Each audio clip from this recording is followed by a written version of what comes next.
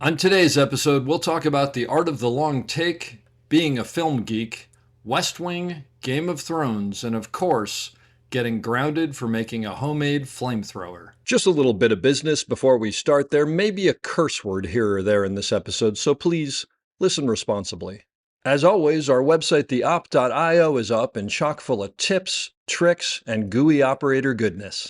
Make sure to check out the breakdown, where the best operators in the biz explain shots they have done, the musings, where we discuss everything from quick tips to larger concepts of storytelling, the answers, the images, and so much more. I may or I may not take a break or two during this episode, but I promise that none of them will be longer than 22 seconds.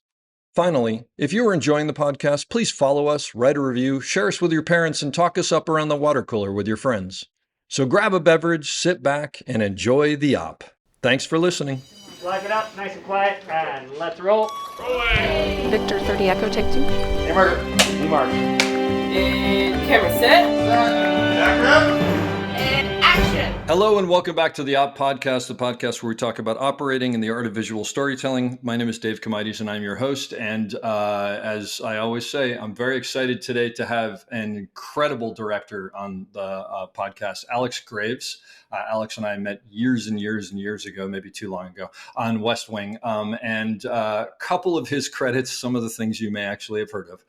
West Wing, Game of Thrones, The Diplomat, Lost in Space, House of Cards, The Boys, Homeland, The Practice, Sports Night. It just goes on and on.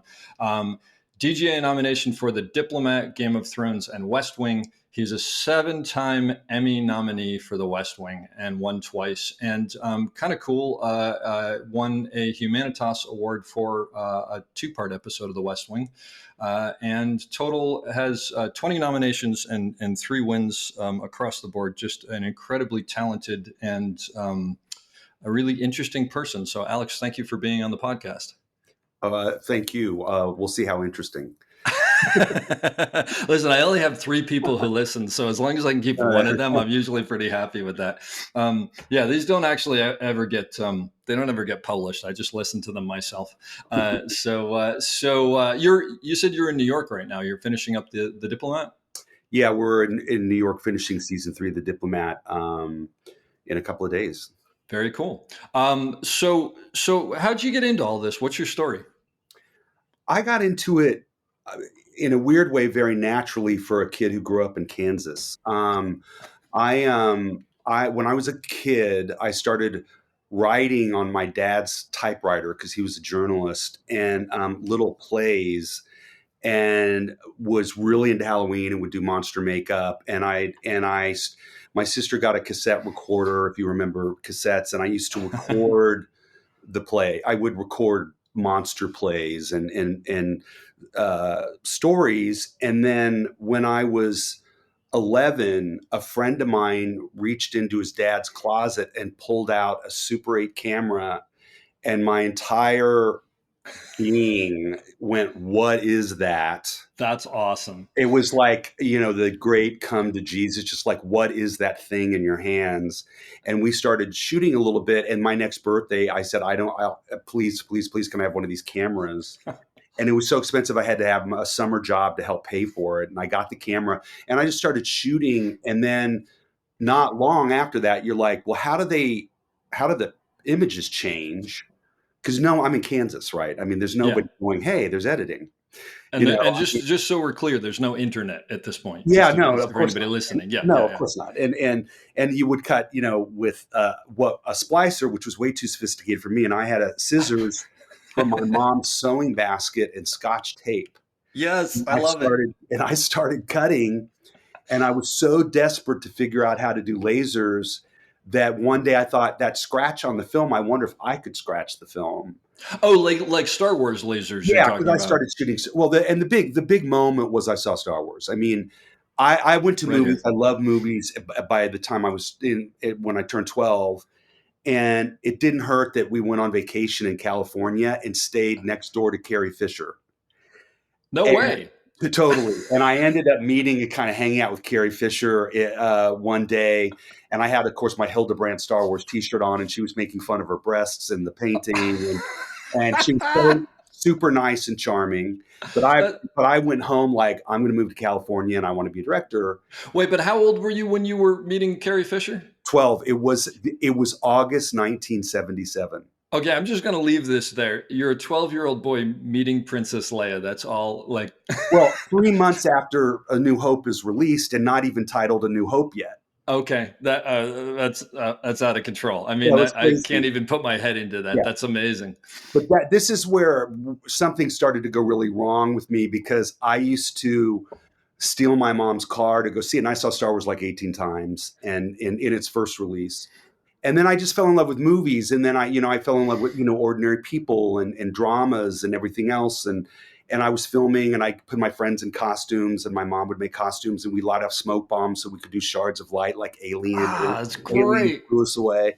And, when I saw Alien, I went home and built a flamethrower that worked out of like de-icer, and I almost like got locked in my room for the rest of the year. I got in so much trouble for that.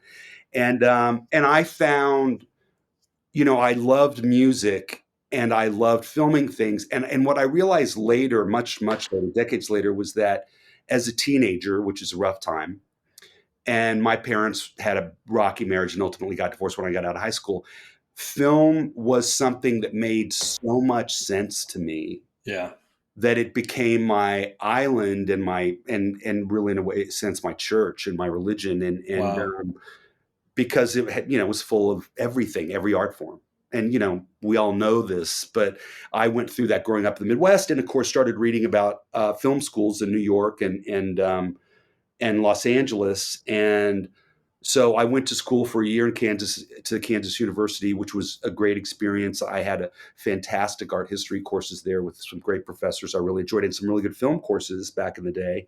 And I saw The Third Man for the first time, and some key things happened Cool. while I was at KU. But I applied to NYU and USC, and I got into both. And I knew California because my dad had taken me there a couple of times growing up, and so I went out there and went to USC Film School, and got into film school and made films and did really well. And then, Wow. like everybody else, graduated realizing I would never direct. And then the way I got in, and I actually think it's sort of universal now, I do believe it's the way to get into directing, is that I was on campus trying to get a transcript to lock in my diploma for whatever I was doing. And I bumped into a friend of mine, and she said, my friend just sold a feature that he shot for $10,000, and it's coming out into the New Art House Theater, which it was at the time, in a week. And I was like, wait, he shot a feature for $10,000, which is an enormous amount of money to me, but not crazy. Yeah, it's achievable on some level. And that drove me nuts. And so I was working on doing a short film as a calling card. And I went back to that film, and I thought, if I shot for another week, I'd have 90 minutes. Wow. If I'm really, really careful. Yeah. And so my mom died of ovarian cancer at this point. Oh. And I was sort of devastated by that. And I decided, with some advice from friends, that I would leave and backpack across Europe for a while and just kind of decompress and grow. Because the other thing I learned in college was that I didn't know anything. So I'm sorry, you're out of college. So you're like 19, or you're like 20, just, 21 yeah, kind of thing? thing? Just out. Okay. I'm 19. Gotcha. And But basically you sort of were like, I don't have any life experience. I need to find some life experience and figure things out. Well, I think if you learn anything in college, it's you don't know anything. You don't know anything. Or you know one thing, but that's not enough. You kind of go in thinking, I got a good handle on this. And then you go to college. And of course, the other thing is, I'm coming from Kansas. I'm meeting people from Syria and Paris and everywhere else.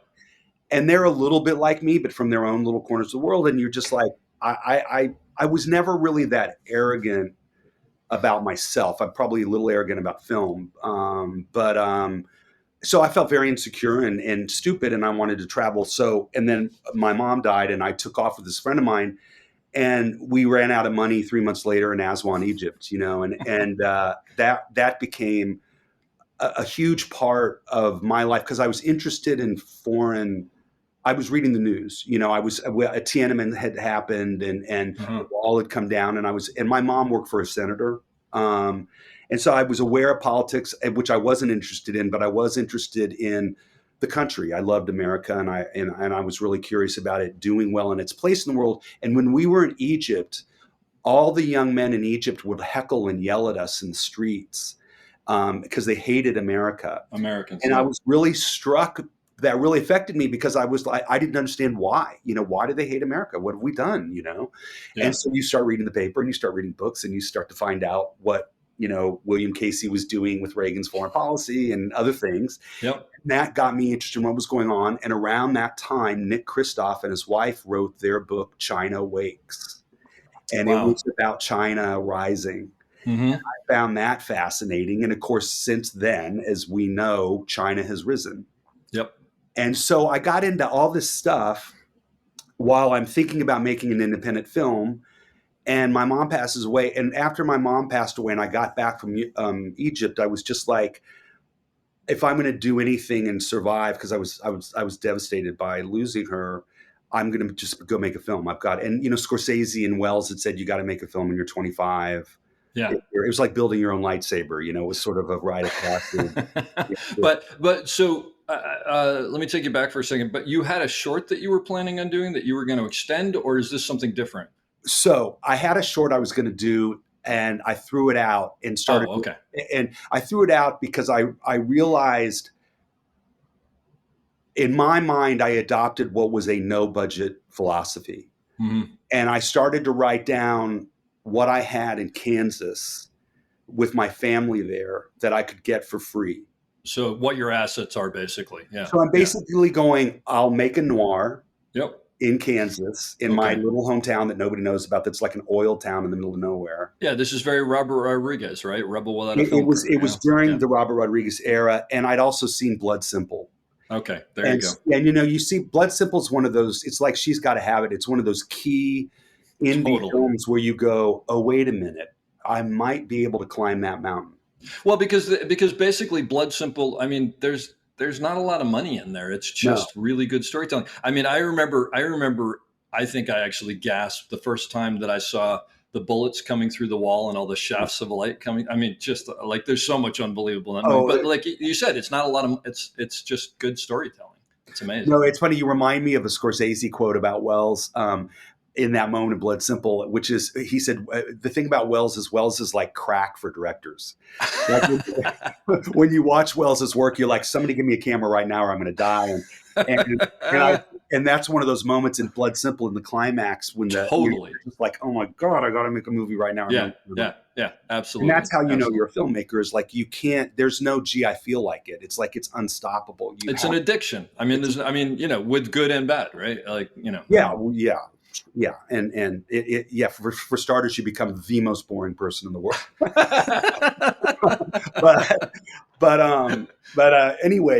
So I wrote down, and so I started to write a story to what I had, and I think the great flaw of the film is that the script isn't that good, and it doesn't really go anywhere because I wasn't a good writer, and I'd spent all my time on directing and on the medium, but I knew how to shoot, I knew how to cut very effectively. And at the time, partially because of Blood Simple and the early Coen Brothers films, I was and Lean, of course, and Kurosawa, but I was very interested in shooting with no dialogue.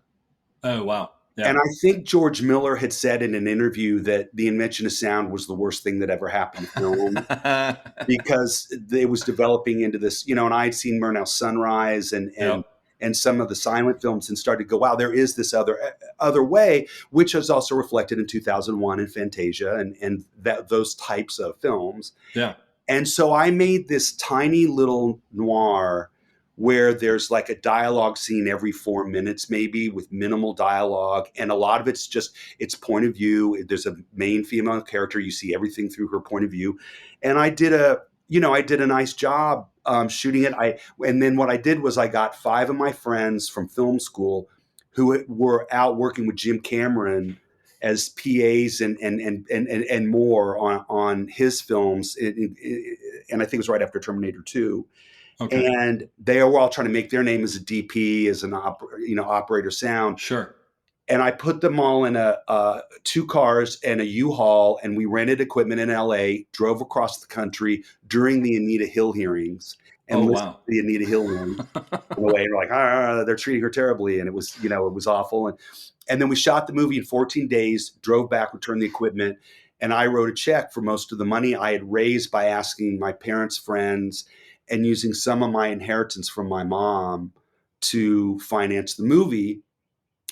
And then, a long story short, because it took like 2 years, I got a job as a runner at a trailer editing place In Kansas? in LA. No, I In lived LA. in Okay, that's what I figured. Oh, okay. I'm Oh, way you in just LA went at back to this Kansas. point. I got Yeah, you. we Okay. just went back to Kansas for the oil derricks and the Sure. Yeah. and I'm in LA, and I get a job at a trailer editing place. And what I do is I become an assistant to the head trailer editor and manager, who's this wonderful guy named Jeremy Sauter, who was super kind to me. And when everybody went home at 7, I would pull out my transferred videotapes, and I would edit the movie and do the sound on the videotape editing systems. And I'd cut all night and then walk down the street, wash my face, have coffee, and pretend I was awake and go back to work. And I posted the movie on video for a couple of weeks doing this, then cut the negative. And I had Did you cut it yourself? Yeah. And I had a 2-to-1 ratio. So when I was done cutting, there was almost no negative left in the box. Oh my gosh. It was hilarious. Yeah. And I made a print, and then I didn't know what to do with it. So I sent it around to some film festivals. I got into the Santa Fe Film Festival. It did well. I got really good reviews. And so then I cut a trailer to the movie, and I sent it to a bunch of the indie distributors at the time. And Miramax called, and over time, Harvey Weinstein bought the movie. Wow. Wait, what's this called? It's called The Crude Oasis. And can you see it? Is it out? Is it out somewhere? It's on YouTube. Somebody put it on YouTube where I'm not making any money off of it. And I never did. Yeah. But it's on YouTube, and it's just super raw, literally shot in 14 days on 16. I will post a link to it. That's great. But what happened, and this is to go back to what I'm saying about the way into directing, is that Miramax released it in 25 cities against Braveheart and Apollo 13.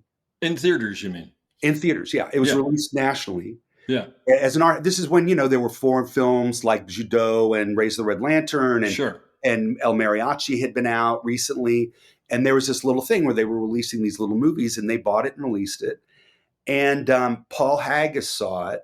Wow. Who went on to win 2 Academy Awards and have quite a career. And he was the showrunner on a show called Michael Hayes at the time. He'd been a TV writer. He'd done a Canadian Mountie series. I can't even remember the name of it. He was a showrunner, a functioning showrunner on TV. And he saw it, and he called, and he said, "Will you do one of our episodes of our show? I thought your movie was amazing." Wow. And I had an agent. I'd had an agent for about 7 days, and said, "Yeah, I guess." And I just gotten married, and so he hired me, and I went in to do this TV show. And I'd never worked with a real crew. I'd only worked with my film school friends. And all of a sudden I had a dolly, and I mean, I couldn't believe it. It was like, God, look at the dolly. I'd stare at the dolly like between. Wait, I have to back up. What was it like to get that phone call I'm assuming it was out of the blue from Paul Haggis, who wasn't Paul Haggis yet, but still. It was a little out of the blue, and it's important to point out that it wasn't quite that easy, and that my brother-in-law at the time, was an Australian producer named Greg Coote, who was an enormous producer, and he had helped found Village Roadshow back in the very beginning. Okay, wow. And he was my brother-in-law. So when they got interested, he went in and said, "Harvey, this is my brother-in-law." I got you. Okay, but still, I mean, to get that kind of like And validation. the thing was, cutting a trailer and sending it in and having Miramax call up and go, "Yeah, we're interested," was, it was incredible. It was like getting into film school for me at the time. It was like, I couldn't believe it. But the thing you learn is, if you do things, that's what happens. Yes. If you don't do things, they definitely don't happen. Yeah. Right? If you don't do anything, nothing happens. But if you actually just, Lucas said once, if you step out of the cage, if you dare, because the door's open. That's great. Yeah. Yeah. and it is, I keep telling myself this now every day. It's like, well, do it, you idiot.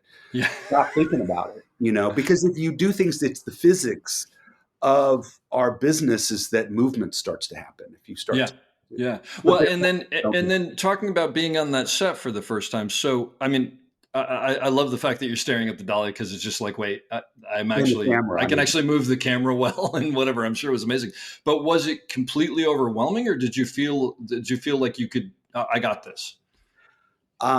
This is arrogant, and it actually isn't arrogant because it's true. I've always felt very at home filming. Hey. And so is it scary? Yes. Is it intimidating? Yes. But do I love it? And yes, because the thing is, I go to set with an idea of creating this thing I'm really excited about. Yeah. And my excitement always took over. And it's important to point this out because you wouldn't know it. And it's a lot of people never believe it. I'm extremely shy. And I'm extremely non-social. I'm very private. I'm very quiet. I'm a gardener. Like I wouldn't guess that, by the way. know. I mean, not like you're like on set juggling or something like that, but clearly on set. But that shows me that you are at home on set. Well, that's the thing is like I'm a very quiet person, and you put me on a set with a camera and I'm a madman, and I'm a very happy madman, and so that's what happened, and I got so I did Michael Hayes, and the guys at David Kelly were making the first episodes of The Practice, which at the time was this new legal show, and they called and said, we liked your episode. Will you come over? And I did a practice, and I really hit it off with the David Kelly people, and David. I thought David was was the first writer where I went, wow, you really know what you're doing, like at a different level. And he was doing his famous thing where he was writing a practice for 2 days, and then he'd write an Ally McBeal for 2 days. Oh, that's right. He used to write every show on television for a while. Yeah, and he'd sit down and just write the episodes like God was just speaking to him like Mozart. Wow. So then they have a director who doesn't do well on Ally McBeal, who they then have to reshoot half the episode, and I just did The Practice. And this all happened in about 2 months. I finished this episode of The Practice. They love it. Practice wins the Emmy, so it's off and running. Yeah. Ally is a audience hit, and they need me to reshoot an episode, and I'm very nervous about working with Callista and doing that show. And I go down, and I realize like Callista's the most talented person I've ever seen in front of a camera. And the show's great. And unbeknownst to me, Mike Listo, who was a producer on Ally McBeal, is barbecue on Sunday weekends buddies with a guy named Tommy Schlamme. I love how all this works. It's crazy. I know. And Tommy is in the middle of like episode 4 or 5 of Sports Night. Yeah. And they're having a challenging time shooting the show because it's a single camera comedy with a ton of steady cam and long takes. Yeah. So the studio thinks it's a sitcom, but Tommy's shooting it like a movie. Oh yeah. And being super inventive and out there, of course, as he is with Aaron, and they're forming their bond because, come to find out years later, nobody would make West Wing, so they did Sports Night. Yep. And so I'm set up to go meet Tommy to direct Sports Night, and I go over and I meet Tommy, and I remember him saying, "You always want to make sure you work with people as smart or smarter than you." I love Tommy. I know. I love Tommy too. Tommy was like, and he means it. It's not just lip service. I mean, he literally means it. Yeah. No, my mind's racing around Tommy, so I've got to get around that. So then, because I have so much feeling and everything for Tommy. I totally get it, and I know you do. And so then he's like, "You got to meet Aaron," because Aaron's writing the show, and I knew who Aaron was. I was like, I loved Aaron. Oh, so that was my question. So like at that, because I lose track. So at that point, Aaron Sorkin was like just because of A Few Good Men or something else, and The American President. And The American President. Okay, he was in with Warren Beatty and rewriting Bulworth, and I mean, he was a big deal. Oh, I didn't know that. Oh, wow. Oh, yeah. Aaron was a big, probably one of the biggest Hollywood screenwriters going. Okay. And he had done Few Good Men. He had done The American President. He had rewritten Bulworth and was. Sure. I just didn't know at what point he became a house. I mean, obviously when I met him, he was, but. No, he made a phone call and, let's do Sports Night. And so I went in to meet Aaron, and this is all Disney, and their offices were by each other. And I left Tommy and I went to see Aaron. and we started talking about movies and sports night, and took off. And of course, I knew all the old screenwriters that he loved, and Oh, that's great. and we hit it off like college friends. I can't imagine. Even Yeah, though he yeah. was, dare I say, older than I was, but I was like, he was everything I hoped he'd be. Well, he's also like, when he gets excited about something, he's just a Yeah. big kid. I mean, Well, he's so I could like totally all see of it. us. Yeah, Yeah. exactly. Yeah, And the other thing was, been shown an episode of Sports Night, and I thought it was incredible. Okay, now we're going to stop for a second, because this is the point where every once in a while we hit on something that I don't think enough people know about, that they should know about. Okay. And I just want to add, so what I personally think, by the way, and anybody who's listening to this, you should watch Sports Night. Yeah. I think episode 2, The Apology, that Tommy directed, Mhm. the last, I don't know, I don't have it in front of me, but 2 minutes of that episode where it's sort of all come. It may be the best thing ever created on television. To this day, when I see it, I lose my breath. What was the? Do you remember what the episode they showed you was? It's the first episode. The first episode where they come in and they see him winning the marathon or something like that, Unlike you, I don't remember, and I'm sorry, Okay. Tommy, I don't remember that. That's right. The greatest thing, but it's a great show, right? no, it was one of the greatest shows ever mounted. And the thing that I remember the most about it, which I then felt about West Wing when I saw it, was I couldn't believe what Aaron got written and what Tommy got directed in that period of time. It was it's like an information dump almost. You couldn't believe that much had happened dramatically, comedically, elegantly. The film, shooting, everything. So I wanted to. It was probably the first thing in TV which by the way, at that point, I didn't even know if I wanted to do television, because I was scared it was the garbage pit that everyone described it as. Well, it wasn't what it is today, certainly. That's for sure. And I didn't realize at the time that I was moving over all the garbage without even knowing about it. Yeah, right. And so I met Aaron, and in the middle of my meeting with Aaron, Tommy came in and said, "I'm so sorry to interrupt, Aaron. We just got a call. They just found the Oval Office from American President in Simi Valley in a warehouse." And Aaron's like, "Oh, you're kidding? That's fantastic." And they're talking about the Oval Office set. And I'm like, what are you doing with the Oval Office set? And they said, "Oh, we just got greenlit to make this pilot we're trying to make called The West Wing." So did you showed up on the second season of Sports Night, I'm assuming then? First. No, must have been no, it was like episode 6 or 7. Oh, okay. All right. Yeah. Gotcha. Oh, I didn't realize it was that much of an overlap. Gotcha. Okay. Yeah. So I direct Sports Night while they shoot the pilot of West Wing. Oh, wow. Okay. And I was the first director to finish Sports Night on time, largely because Tommy had been directing it. And so it wasn't that hard. and had a great time. Loved the cast. Fantastic actors. Amazing. Felicity Huffman was one of the most gracious, excellent, smartest, wonderful actors I ever worked with to this day, and loved her. And she set a great standard on the set and was a great lady. And then I finished Sports Night, I cut it. And then I got a call. Tommy wanted me to come hang out with him while he was doing the pilot. And I went and hung out with him for the day, and we talked for a little bit. And I guess he just wanted to get to know me better. I could never figure out what that was about. Yeah. And then about a week later, they called and they said, West Wing's been picked up. And Tommy called me and said, we've gotten our White House show. Can I send you the pilot? And if you like it, would you be interested in doing it? And I'm like, sure. Thank you, Mr. Slamy.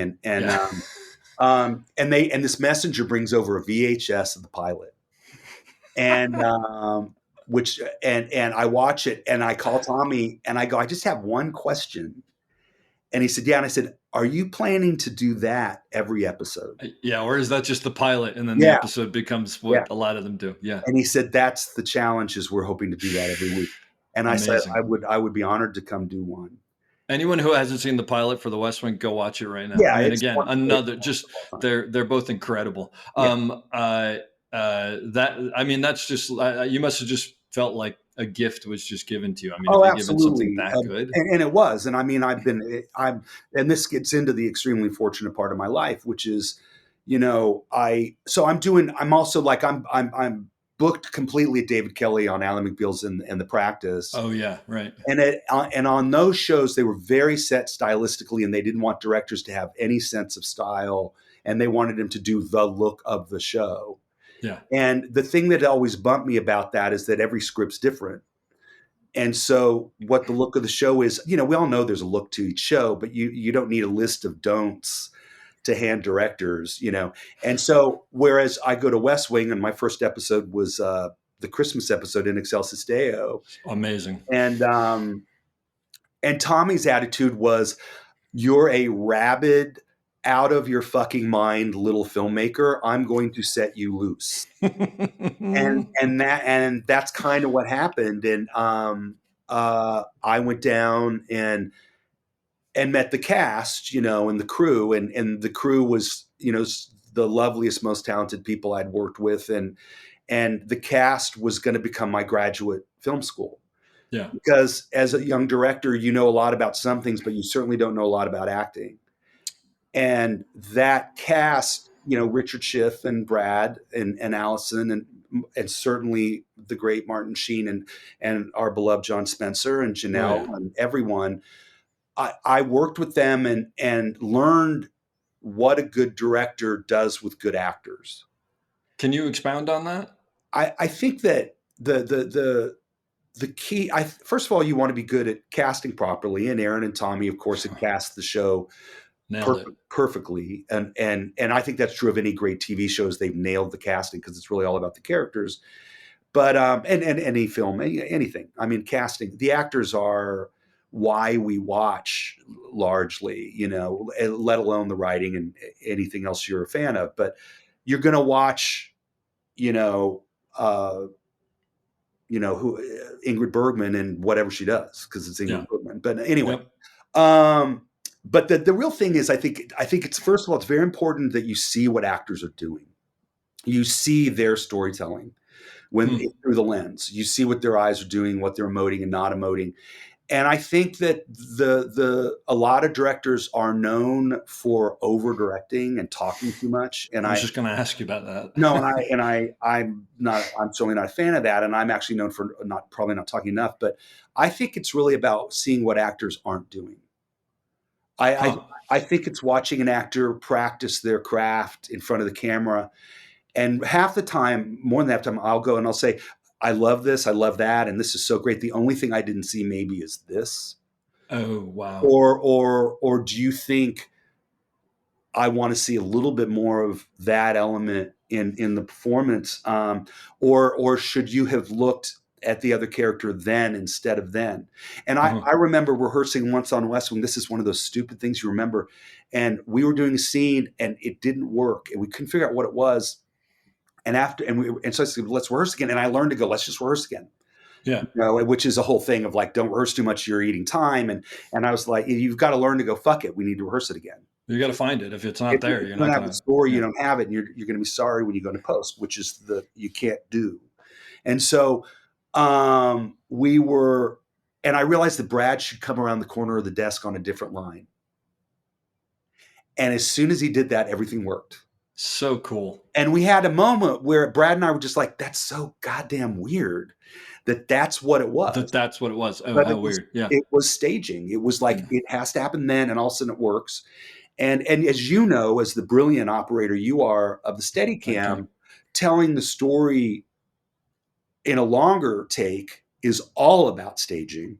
Yep. And how you're creating cuts in a shot that is not cutting. And putting emphasis on things without the power of a cut. But anyway, so it was little things like that. But just to round out the West Wing thing. So I do West Wing and they offer me producer and I was just like, I've done it once. I just had a baby and I don't know. And I don't want to get into TV. And I passed. I didn't know this. Wow. Yeah. I passed. This was after you did the first episode. Yeah. This is the end of season 1. Wow. Oh, I didn't know that you passed. Interesting. Yeah. And I was directing other stuff. And also they didn't offer me much money. It was kind of like, we'll get this kid and use the hell out of him, which was certainly what they intended to do. And so then, but they called back and they said, will you come do episode 2 of season 2 when Tommy finishes the first one? I said, absolutely. I can't wait.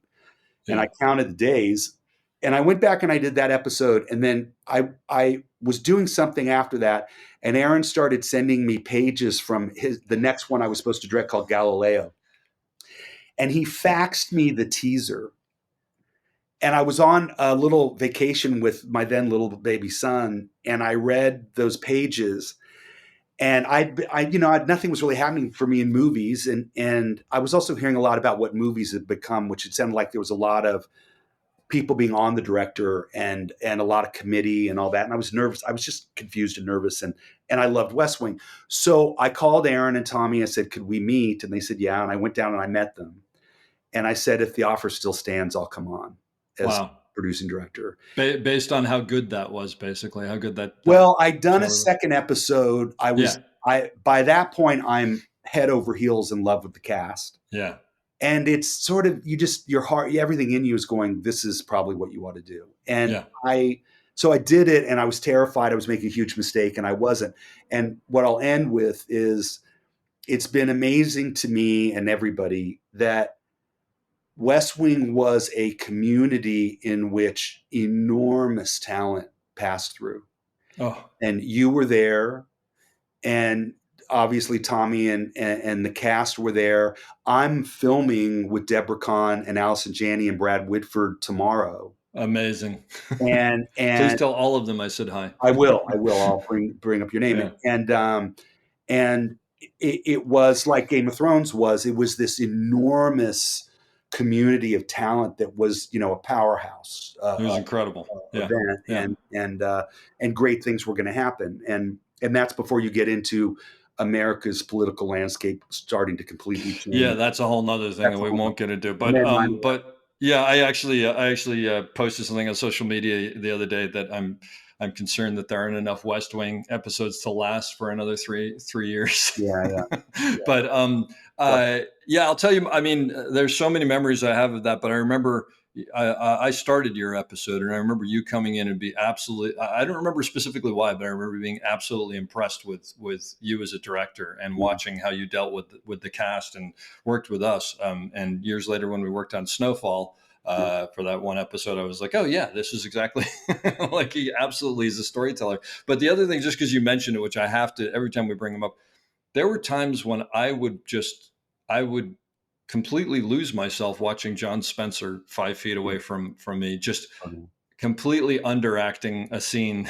And I mean, I don't know. I guess there's a question in this somewhere. Were you as sort of blown away by being able to watch these incredible? I mean, I don't think I've ever been in a situation where everybody was on the top of their game the way that show was. It was incredible. Yeah. I mean, this is maybe the greatest gift in my career creatively, was that I was ordered and paid to go watch those actors every day for 7 years. Yeah.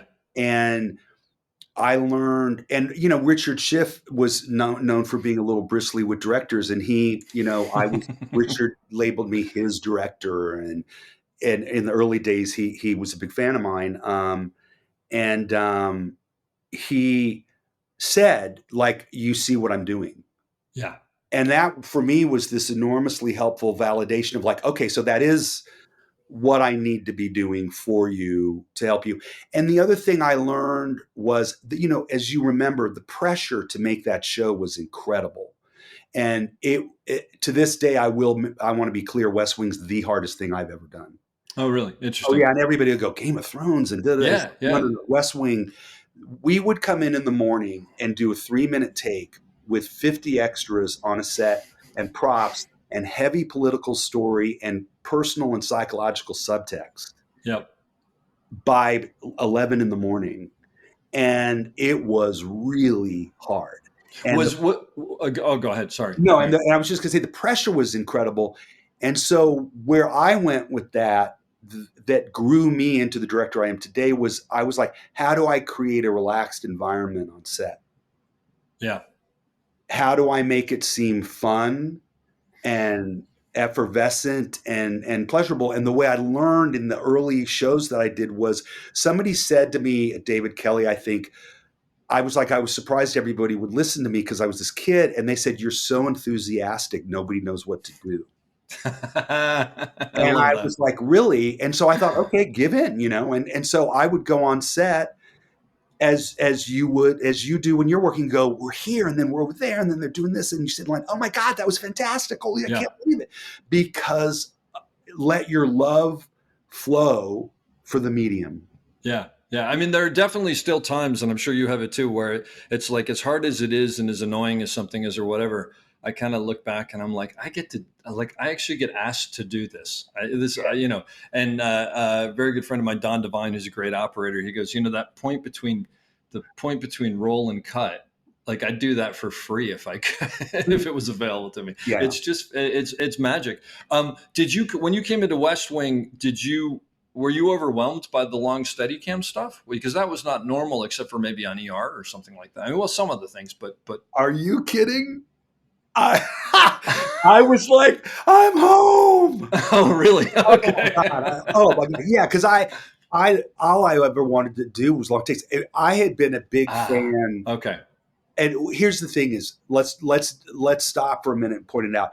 Long takes were not new. I mean, no. I was a huge fan of the work that had been done in Touch of Evil Sure. by Wells and other things. But let's talk about him. Brian De Palma was a film master of long takes.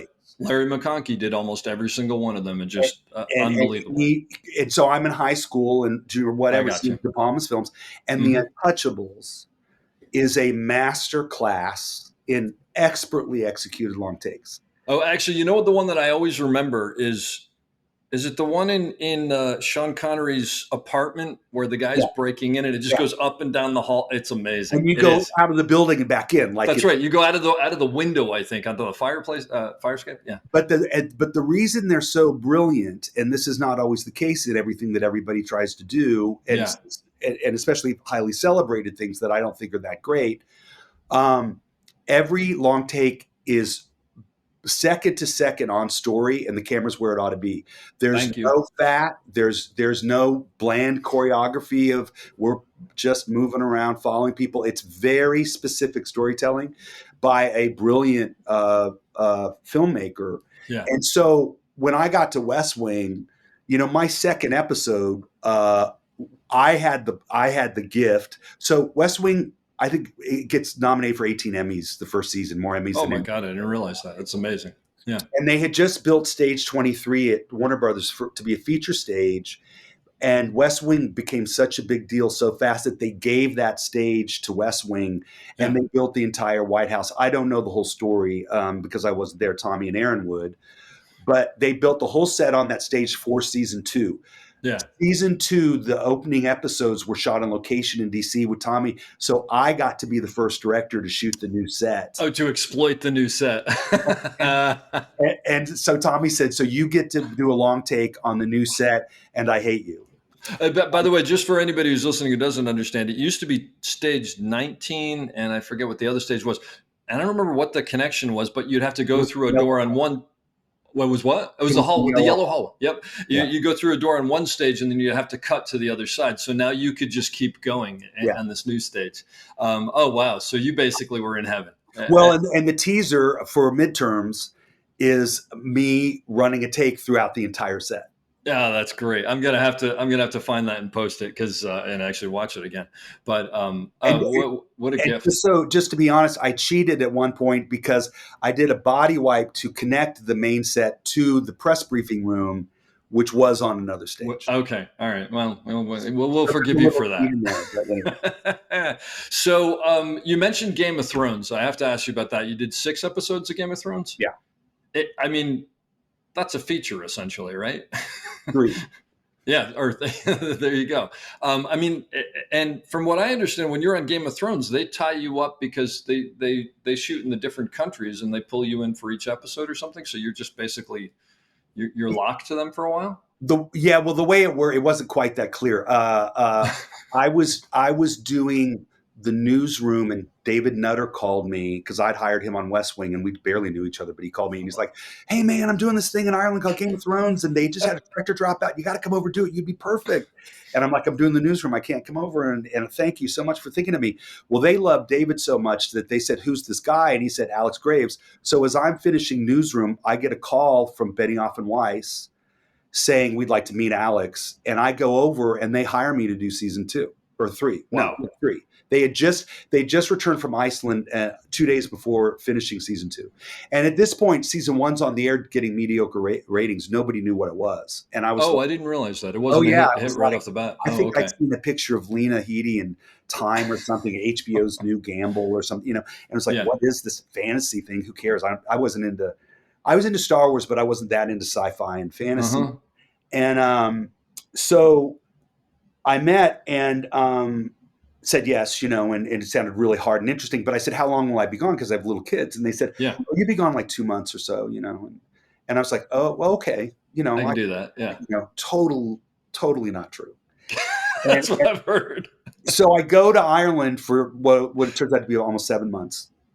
And the way they did it was you would start in Northern Ireland on location while they were building new sets and revamping the other sets. And you'd go to a castle, and if episodes 1, 4, 7, and 9 were shooting at that castle, you'd go and they would have boarded it out that all the directors would show up and direct their scenes that week at that castle. So from the first day of filming, you were doing scenes from the finale, from episode 3, from the first episode. And the producers brilliantly boarded out the whole season, and you couldn't go over. You couldn't go back. You had to get it, which was great. And I believe in that discipline very much. Yeah. And they had to wrap at 6:00 every night because they had to deal with the Irish crew that they wouldn't overwork everybody. I love that. And they shot French hours. And so Game of Thrones was shot from 7 to 6 p.m. Wrap on time. Really tried not to do nights, except famously in the last season. Mm-hmm. And it was very civilized and incredibly hard to pull off. Wow. And because it's the same old thing, because everyone says, oh, you must have been rolling in money. And for what's on the page, you're not. Sure. Yeah. The best way to describe doing Game of Thrones in a microcosm is I had a scene with 8,000 soldiers and I could only afford 350. That's what it's like to do that show every single day. And so I did 2 episodes, fell in love with the whole cast. I love that. It was like West Wing was like, you could not believe that you got to work with Dinklage and Lena and everybody. Amazing. And, Amelia and Rose and all they were just such great, young, enthusiastic actors, totally ready to go, never waited on anybody, just, hardcore professionals and capable of some of the finest acting you've ever seen. And I had a great time. And so they said, will you come back? We want to do you. There's big stuff in season 4. It's the big turning point. We're going to give it all to you. And I was like, yeah, but can I do 4 of them? Because to go away for 7 months and do 2 hours is not a very good way to pay for your bills. Yeah. As a parent of 2. And so they said yes, against the chagrin of some people who thought that was a lot of, I don't know what they thought, and I went back and I did my 4 episodes and I shot for almost 101 days in a row.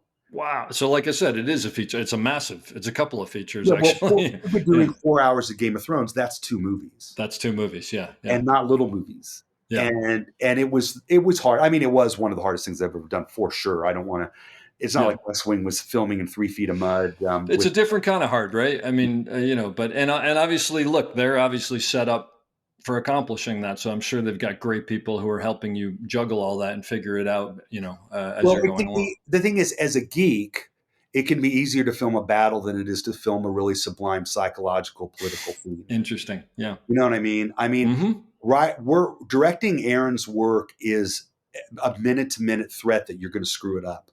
Mm. And directing a battle and something like that on Game of Thrones, oddly, the stakes aren't that high. It's fun. The best part of Game of Thrones, and one of the most famous parts of Game of Thrones, were all the character scenes. Sure. Yeah. And that was what was really cool. That I think what I brought to Thrones was I had learned a lot about doing scenes and character work from the actors and the writers like Aaron that I'd worked with, but all I really wanted to do was make Star Wars. And so when I got to Thrones, I was in heaven. Yeah. Creatively, it was a very hard time in my life, but creatively, I was where I want to live. That's fantastic. It's funny because we've been talking about being excited about filmmaking, and then you mentioned David Nutter. I know a few people who are more excited about filmmaking than David Nutter when he's on set. It's unbelievable. Yeah, David is A great director. yeah, Great director. and an incredibly great guy. Yeah, an incredible person. Yeah. So at some point, I should probably ask you about operating, because this is supposed to be somewhat Please. about operating storytelling. But you mentioned to me that one of your favorite operators was on House of Cards, which clearly means that you and I have not worked together enough. But hopefully, we'll rectify that at some point. No, Well, not at all. You finish, and then I'm going to let you have it. Go ahead. Okay. No, but I want to know about House of Cards, because I have to assume, working on a Fincher show, there must be certain parameters that you have to exist within it. I would assume it's not just do whatever you want, but maybe I'm wrong. But also, who was that, if you don't mind sharing it, and also what makes you say that they were one of your favorite operators? What are the qualities that they have as an operator that impress you? This is going to be a two-part answer, Okay. and part one will be that. So, the operator to me is my brother or my sister, and because when you go on set with good material and you have the ambition to do something with it, and you go in the morning and there's nothing there. You have a script and you have actors and you have an operator who you hope is not only knows how to operate the camera well and with his team, but will understand the work. So then you rehearse with the actors, and you're with actors who hopefully are civilized, intelligent, and prepared. And you all decide what the story is going to be that you film from the script in that moment, in the rehearsals. Then you have to film it as best as you possibly can based on the knowledge that you have labored to accrue from film history and TV history and music history and dance history and art history, and do it the best you can do it. And you're trying to do all that, which is insane, but you're trying. And I'm being pretentious, but I am pretentious. If I weren't pretentious, what would I be doing? I mean, I'm trying to do that. So the thing is, the people who really can understand the story as you or the writer know it are the actors and the operators. Hopefully the DP. My experience has been that the DP may understand emotionally a lot of the story, but they don't necessarily understand what's got to go through the lens. Certainly people do, but not always. The operator hopefully needs to understand what's going to go through the lens, whether it's from the actor's eyes, the light, the movement, whatever it is.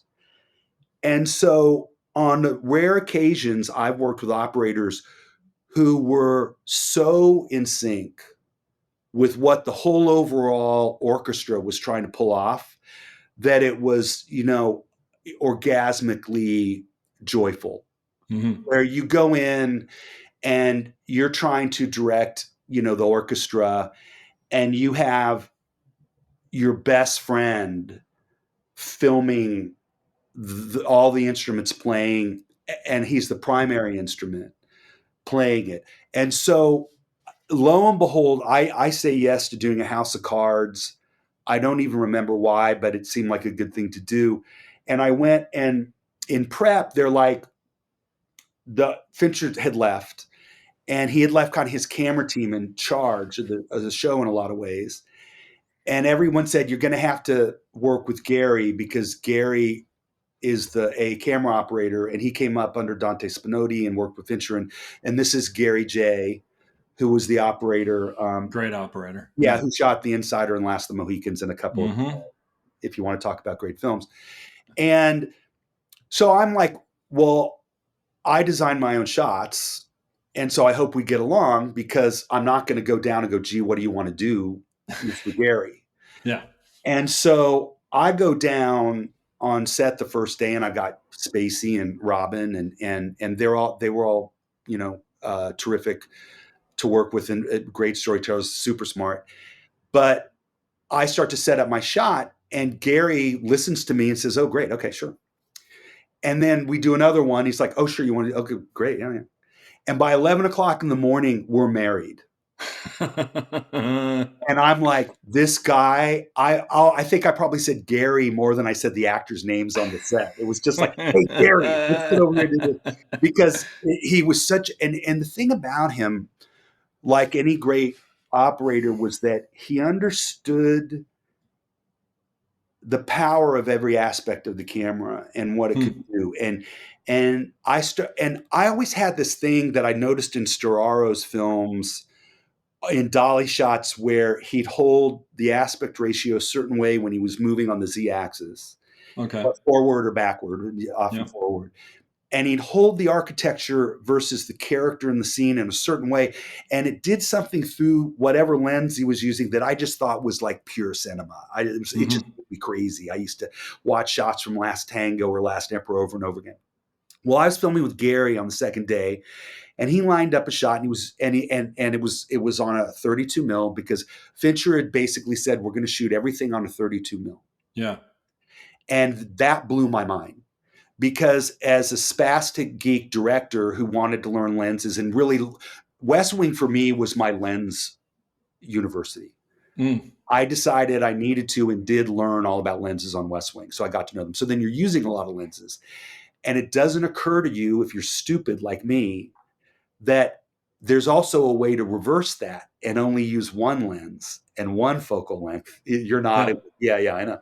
And so that if you deviate from that focal length, it makes a statement. It makes a statement. Yeah. So it's like handheld, right? If you do everything handheld, the handheld has no, but if you punctuate it, same thing. So by shooting everything on a 32 millimeter lens, you reinvent the grammar of filmmaking in that environment immediately. Wow. And so their whole thing was like, you go on a 32, and if you really want to go long, you go to a 40. And I think it was on the first or second day I had use for the 40. I went, I want to go long, so let's put a 40 on. And everybody went, whoa.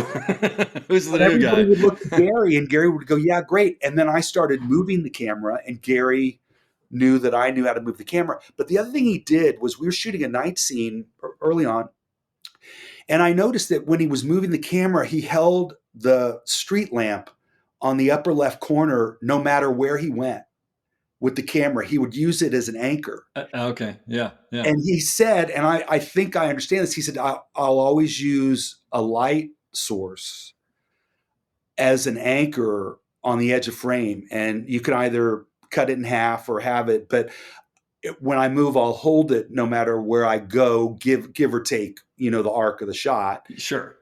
And it creates a balance to a moving shot that otherwise is not there. Yeah. Well, at this point, I'm ready to leave my whole life and marry him. Because he's teaching me. Yeah. And I can tell you, I haven't had many people where I went, oh, I just learned something. Well, I was going to say, and it may be stuff you even know, but you just didn't know that you knew it, even if it's not brand new. You gather all these things, and I understood film really well from the get-go. I'll be as pompous as you want me to be about it. And because if I've learned anything in my life, it's that I don't know a lot, and I have a lot to learn, and I'm capable of making painful mistakes and achieving certain things, but I know a lot about movie making. Yeah. Yeah. And I'm good at it. And that's that. Who cares? I can't change the world, but I'm good at that. Yeah. So when I'm on set and it's often an actor, sometimes it's a writer, it could certainly be an operator, and they teach me something, I'm like, wow. So Gary blew me away. Now that's part one. Yeah.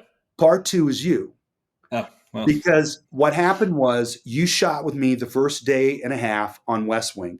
And just so you know, Tommy, among others, was incredibly apologetic that Dave Comaides, the single greatest Steadicam operator of our dreams, can't shoot all of your episode, and we are so sorry. Oh, that's very sweet. I didn't know that. Oh, because you were royalty at Wells and ER and Warner Brothers and all that show, and an awesome guy on set and a good leader. And so you shot, and I was like, and that was great for me because I'd never worked with anyone like you, which is so true of all the wonderful people on West Wing. And that was great. So then years go by, and I sign on to do Snowfall because Tommy's running Snowfall. And he says, well, you can do one. Do you have time? And I had a break. And I'd had a feature fall through. And one of several. And I said, sure. And it's shot in LA, so I could be home near my kids. And I went down to do Snowfall, and I prepared, the way I always prepare, and I had a shot list, and everything really worked out before I went to set. And what happened on Snowfall was really beautiful, because every day I would go in with my shot list ready to rehearse, and that cast was just a beautiful, fantastic, amazing. Yeah. And I'd watch a rehearsal, and every day, unbeknownst to me, I would realize that it was a oneer. I remember that. And you were with me, and then I'd say, Dave, don't you think it starts here and it goes here and it ends there, and that's the scene, and that's a shot, and you immediately understood the entire take and scene and shot. Now that just doesn't happen, Dave. I mean, it doesn't happen for me. I go to work every day wishing it would happen. It doesn't happen. And so for that 10-day period or whatever it was, I had this sort of, blissful filming experience of going in and being surprised in rehearsal by the actors and the story, immediately seeing something I had not prepared that you immediately understood and then filmed for me perfectly. And it was a sublime experience. Wow. And I would have loved to have gone back and done a lot more Snowfall with that cast and with you had I not I'm pulled away to do other things. I think that was... Well, I'm completely honest when I say I'm humbled to hear that from someone like you. It was a great experience, and I so appreciate you saying all that. Although that's not what I was looking for. But usually I'm the one who talks me up in the podcast. But you know what? I do remember very specifically from that episode, and I'm 99% sure that this was exactly what you wanted to do.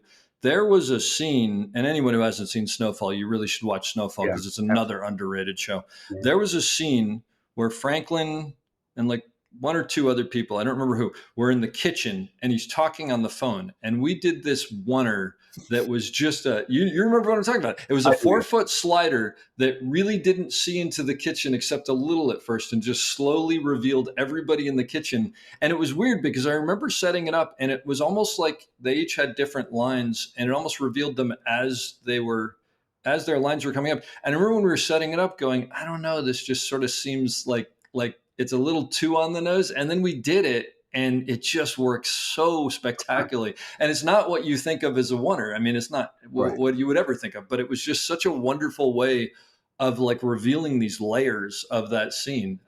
It was really great. It was really great. I remember that a little. I remember a couple of those little things. And the thing that I'll have to go back and look at that. I remember fragments of that, but I remember what I've said, which is being surprised as oneers, revealed themselves to you. And it was, and again, I guess it's worth saying, I didn't, nor did you go, oh, let's do a oneer. No, the story is evolving this way. Was in the oneer. Yeah. And if you cut, it would have been less emotionally impactful.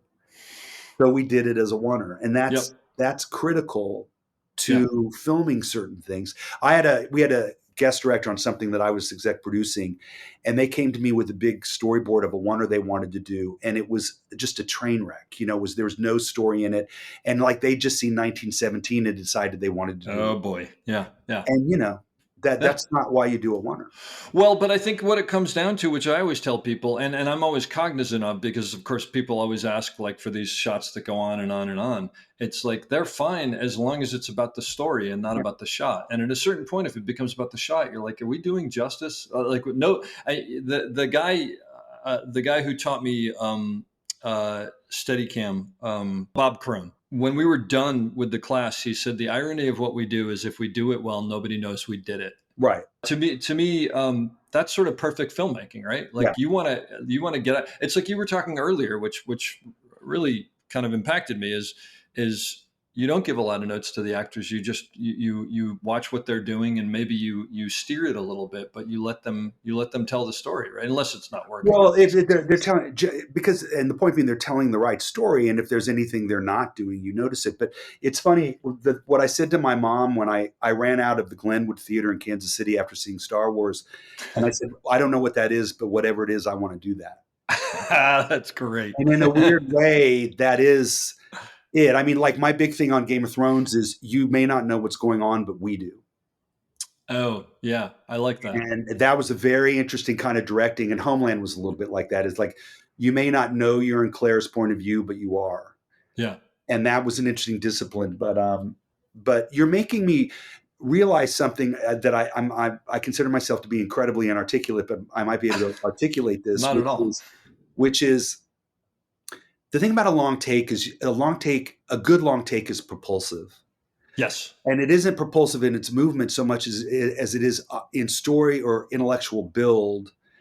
And it's creating a new level of suspense. And the great, to me, quote from Buñuel was at the end of his life, they said, if you had to say one thing about film, what would you say? And he said, well, I've been doing it for years. And if I learned anything, I guess I'd say it's all about one thing, and that's suspense. Yeah. Yeah. And it's propulsive narrative. And so if you're in a oneer that's just floating along, as they say, and I hate this word, covering the action, Yep. you're failing. I would completely agree with that. I mean, we actually, my friend Ari and I had a talk about oneers that we did. I put out as a little mini podcast, and one of the things we were saying was it's kind of like a shark. If it stops moving, it dies. And moving doesn't have to be that the camera moves; it's that the story moves, right? Exactly. And sometimes it's the camera, and sometimes it's not. But the bottom line is, and the other part of this, and it's weird. I've sort of embraced this as I'm getting older, and I've been operating longer. Is like in everything that I do, I want the audience to have to work for the information. You don't want to spoon feed them, because if you spoon feed them, they're like, they're at home watching on their phone anyway or whatever. So they're doing something else. It's like, but you want to engage them. So you want to keep this like pulling back of layers constantly. And I think that's what it is. That's exactly right. And if you're spoon feeding them, you're contributing to the problem. Yes, exactly. One thing, I was on a panel one time for West Wing, and somebody said, my big problem with West Wing is when I watch it, I have to lean forward so I don't miss anything. Good. What do you have to say about that? And my response was good. Yes. I don't remember exactly, but Tommy and I, once at 4 a.m. or whatever, we're sitting outside of the Oval Office. And I want to say, maybe it was episode 3 or 4. So it wasn't on the air yet. Right. Yeah. And I remember we had just done some huge scene, and I said, hey, are you and Aaron concerned at all that this is too smart for America? Mm. And he said something to the effect of, it probably is, or it might be, or something like that. And he said, but we decided we don't care. They're going to have to come to us. We're not going to bring it to them. And I always, and I think they did that. It's fantastic show. Yeah, their thing was they didn't, their whole attitude was, we're going to do the best we can do, and we're going to have the bar be as high as we can possibly make it, and walk away. And in doing that, we're raising the bar. Yeah, exactly. But one of the key things to say is that they were doing it not from arrogance, but with good intention. Absolutely. They were trying to say that what goes out on the TV doesn't have to be something that dumbs people down or caters to people. It should be something that stimulates people. And, whether it was then or certainly now, we're in a period where a lot of people are trying to understimulate and placate and dumb down the thought process. Yeah. And I am somebody who thinks that's not great for my beloved country. I would completely agree. So basically, in a nutshell, it sounds to me like the big thing with Gary J, other than being a great operator and a visual storyteller, is that he was a storyteller. So he clearly knew the story, and he knew how to tell the story, right?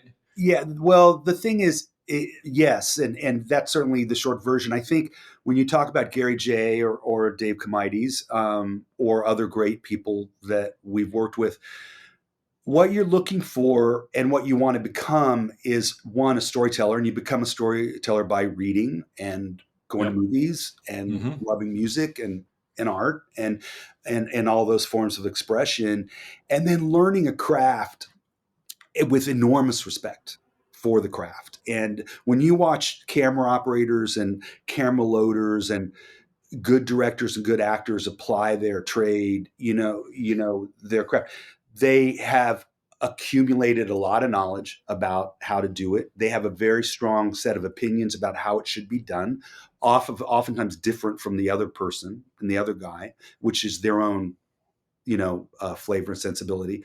But they bring all that to their ability to tell stories, and then they grow themselves as storytellers and become hopefully expert storytellers. I mean, when I die, all I think about, which I think about more and more, is one, I want my kids to love me, but I want to know that I was a good, powerful storyteller.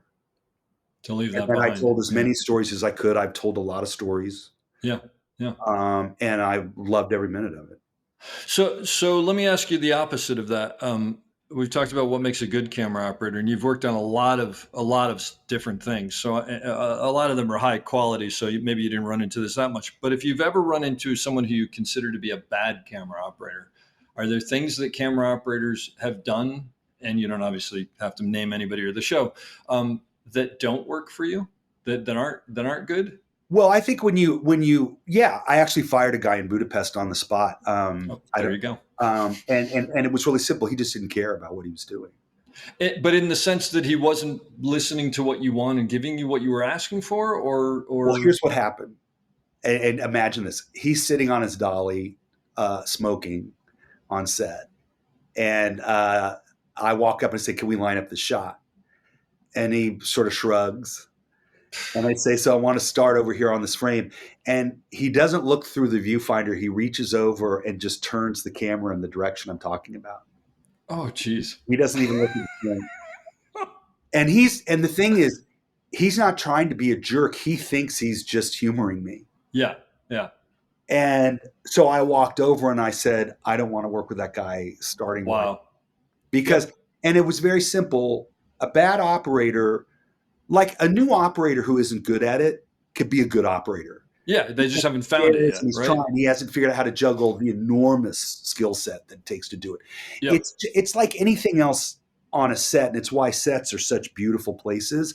People who don't care just don't belong on a set. Mm-hmm.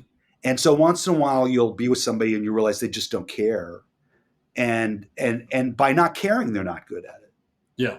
And I haven't, as you say, I have not come across that. I would imagine you haven't a lot, but it has, you do see it sometimes. And I see, you'll get a C camera operator who's there for the day. And sometimes he's the best operator on set, which is awesome. And you never forget that guy because he was just brought in to do two things. And he was just crazy in love with what he was doing. Yep. Or you get a C operator who just doesn't care. And you just go, if you can be on set with actors and lights and not care today, you probably can on other days. Yeah. Because I can't go on a set and not just care with my whole heart and soul about what's going on. Yeah. I don't. If I could, I guess I should quit. But it's the most exciting. I think that I think that's a great answer to the question. I mean, I think you hit on something really big, which is it doesn't make a difference whether you're brand new or you've been doing this forever and you're an old veteran at it and you can nail every frame or whatever. You need to be excited about what you're doing. And sometimes it's hard because this business, especially the hours and whatever, sometimes you have to manufacture that excitement. But like as an A camera operator, I actually feel that that's actually a big part of my job because it flows to other parts of the crew, right? And if you're in there like trudging your feet and going, Jesus, we got to do this again, it gets out there. And I'm not going to say I'm always perfect about that, but you try your best. And then the other part that I just wondering what you think about this is like, I often tell people that I think our jobs are to take what you've given us and what the actors are giving us and what the DP is creating or whatever, and elevate it on some level. We don't always hit it out of the park because if it's not elevated enough to begin with, you're never going to get there. But as long as we've made it better and hopefully hit it out of the park, that's what it is. But sometimes that's the key. It's just you're adding your flavor to it and elevating it. But that's absolutely my experience with you and Gary is that if you were to ask me, I would go to you and Gary immediately as people who, when I was thinking I saw a shot, would go, well, wait there. And at that point in the arc, we probably want to be here versus there. And that'll clarify and get me that. And I'll go, oh shit, you're right. I hadn't seen that. And you just not only elevated the shot, but completed the shot and brought it home. And those are the greatest moments, it's whether it's you or Allison Janney, hitting a note that I didn't know was in the score and going, oh, wow, look what just happened. Like that's part of the That's day. exactly right. That's, by the way, that's the best thing in the world to me. When a director comes around and been like, when you came around the corner and you pulled that in, it tied it all together. And it's like, to me, that's like, it's the best. How long you been directing? How many years? Professionally? I mean, professionally, I was since born. Since the practice. No, I started. I made my feature in '95. Okay, so it came out in '95. I mean, I shot it in before that, but so basically 30 years. Yeah, thank you. Yeah, sorry. You want a minute? I'm older. But the reason that you're seasoned. That's what I like to think. Yeah. Although my back hurts, and I'm like, why does my back hurt? Because I'm seasoned. So do you get nervous when you get a new job, when you get on a new set? Yeah. No, I always get nervous the night before I start filming, I still get nervous. I get nervous every morning, really. Now I have it. I'm known for having anxiety, anticipatory anxiety for sure, privately, but of course I do, because I'm worried about doing a good job. But is it just like, I don't know if I'm going to find this, or I don't know if I can do it? I don't know if I can do it as well as I should, or. I think a couple of classic ones are, will the cast think I'm stupid? I have an operator who doesn't know what I'm talking about. And always, will I be smart enough with time to get it done? Because it's worth saying, as a director on any show, in any interview, I think directors should finish on time. And that may sound mediocre or inappropriate, but ever since I learned that Sinatra would only do 1 or 2 takes, I thought, you've got 10 or 11 or 12 hours to go in. And Game of Thrones is really the best example. We would go in on Game of Thrones, and as I said, wrap at 6:00. And I did some of the work I'm the most proud of in those hours because I was prepared, and I had a vision, and I had a brilliant army to charge with. And we'd step away like Sinatra walking out of the booth after 1 take and say, look what we did today. But there's probably something empowering isn't the right word, but there's probably something positive about knowing you have a finite amount of time, because then you have to be that much more prepared. I mean, hopefully you're that much prepared anyway, but if you've got to get it by this time and you're not going to have another chance, you've got to come in swinging, right? Well, it's kind of a fuck you to the process. It's like, you're giving me 10 hours to do. Yeah. Well, I'll do it in 9. Here's what I'm going to do. Well, or like, here's what I'm going to do with your 10 hours. Yeah. And there's and that's a healthy arrogance. It's like, and everybody, and the best, and I've had many of these, is people going, you'll never get that done. Yeah. And you'll have a meeting and you'll go over what you're doing with shots. Like, I had an episode of Homeland where there was a terrorist attack on a huge library in the center of Budapest. And, it was like certainly 3 days of work, and we shot it in 10 hours. And it was, because you had to, right? Planned and choreographed. I had Claire Danes in the middle of it. So I've got this Stradivarius talent. And we wrapped, and like the DP and the operators and I turned to each other and just started laughing and saying, we pulled it off. It's fantastic. I was just interviewing Matthew Rhys, the actor from The Americans and so many other things, the other day. And we were talking about My Leading Lady. Yeah, that's right. Yeah. And he was saying the thing that he misses most about film was when they'd go, all right, we got time for just one more. Let's just go right back and do it just before the film runs out. Right. And he goes, and every single time that was the take we used, because it was just a little bit faster and there was a little bit of urgency and whatever. Sure. And I think there's something to that, right? Yeah. Oh, absolutely. Yeah. Pressure. The pressure is one of your great weapons. Yeah.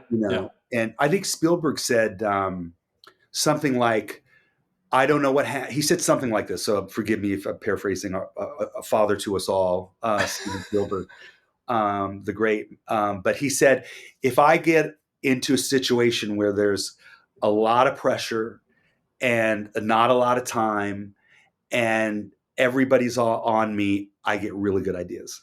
There you go. Yeah. And that's a real storyteller. It's probably true in different field sports and others. But in the worse the pressure is honestly where I'm sure you would agree we've probably done some of our best work. No question. Absolutely no question. Yeah. Like, I think that because I won't tell them, but I have stories from West Wing and Game of Thrones that involve time pressure where we did miraculous things. Just because you had no other choice, right? Yeah. And also because there's just something in you that like, okay, the whole world is against me now. And I'm not going to let it get to me. I will emerge victorious. Yeah. But there's a whole sports metaphor going on there of like, and there are things for me, I've been doing Steadicam for 35 years, and there are times where it's like, oh, really? You think I can't pull this off? Well, watch this. And there is that. And I know at some point the answer is gonna be bad, but so far it's been good. So I think you pull from that well within. What's the hardest part of being a director?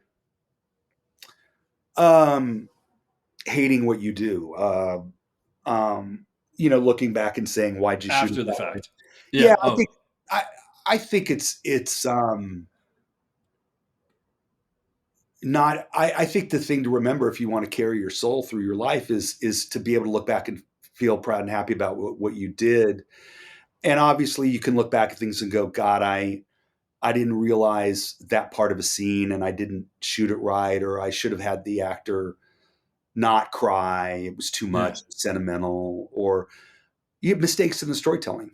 Yeah. Yeah. Do you sometimes drive home at night and suddenly have an aha, like, oh my God, I can't believe I should have done this. Because I do this all the time. Oh yeah, constantly. Sure. Oh, that's torture.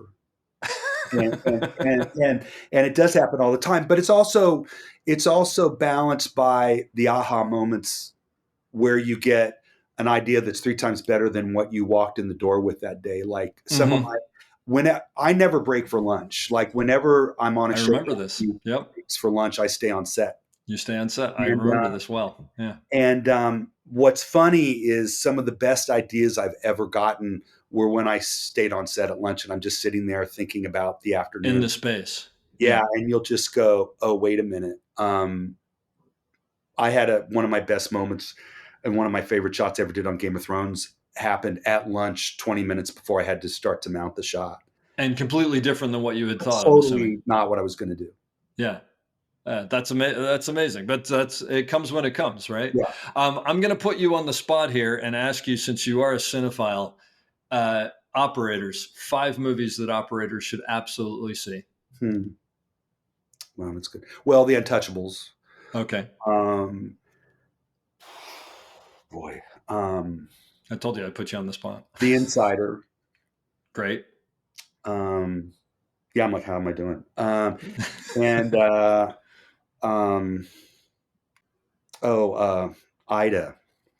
Oh, okay. Do you remember Ida? I do. Yeah, that's not one I would have thought of, but that's fantastic. And actually I should see it again. Ida, Throne of Blood. Okay.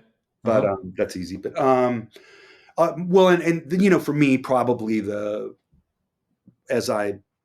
movie I never ever soften on is Lawrence.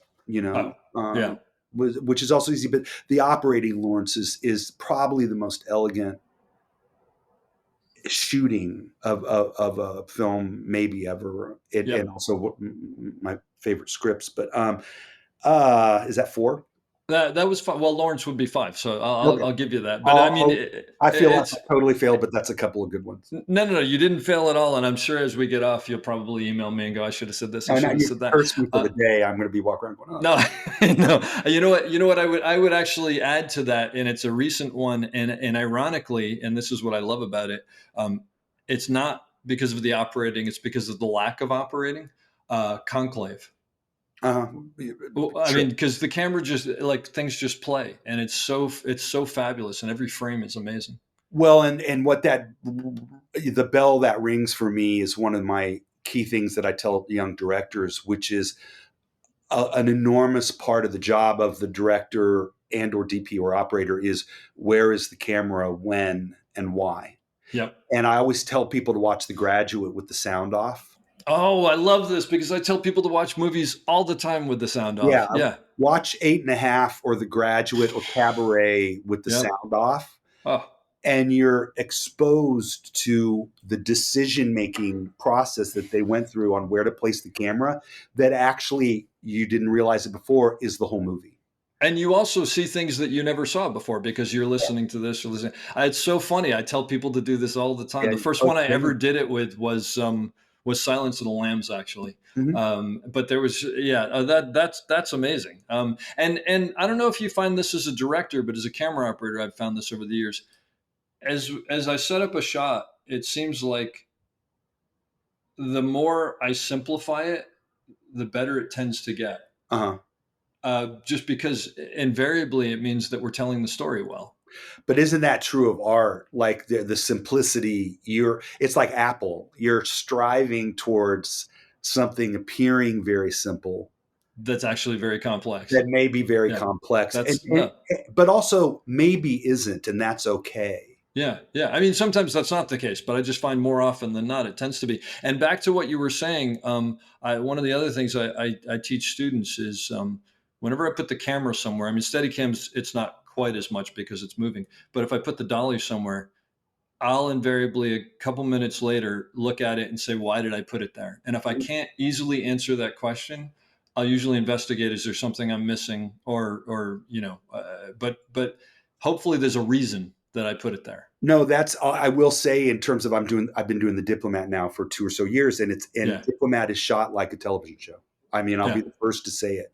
Okay. And the reason it's shot like a television show isn't that I decided it should be shot like a TV show. It's that Deborah's writing the story is in the people while they say her dialogue, similar to Aaron.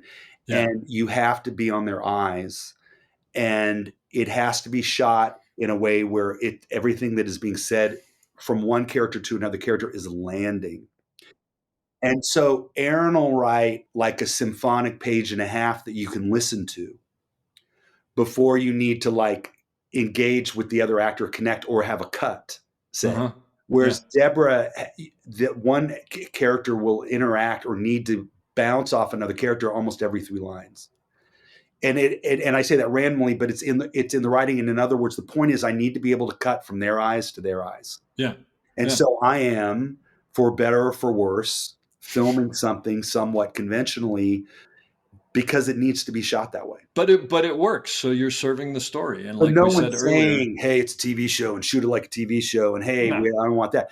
It's just, it's the best way to communicate the journey of the story. That's great. Yeah. So, well, and I also think that it shows, obviously, for lack of a better word, a maturity as a director to go, I don't need to move the camera all over. Yeah. I mean, I need to tell the story, and I'm telling the story, and this is the best way, and that's Thanks what for it that. is. Yeah. Because when I was younger, I would have been more insecure about it. I think I totally know. Yeah, totally. You know, I often, people are like coming up with these huge wonders, and I'm like, or we could put it in the corner in a sandbag. Now, granted, that's just because I'm tired, but you never know. Well, Alex, this has been fantastic. I sort of feel like I should have you on another time just to talk about old movies. But this has really been great because I've actually never sat down and talked with you this much. Because, no, I know. It's been a pleasure. Well, also because we haven't worked together enough, but also because you're on set during lunch and I'm trying to eat and then take a nap so I can come back and do after lunch. But I really appreciate it. Please give my best to Deb and Brad and Allison, and tell Brad to tell Allison how much fun he had on the podcast and you had on the podcast so that I can get Allison on the podcast. Not leaving Deb out, but she's a writer producer, so there's not quite as much, but maybe I'll get her on sometime. Anyway, but I'm going to leave you with the question that I leave everybody with, which is advice for someone getting into the industry today on how to succeed and or what you wish you knew back then that you now know. First of all, don't give up. You can never give up. If you give up, that's it. And if you don't give up, it'll happen. You just have to be patient and use every step towards your success to learn.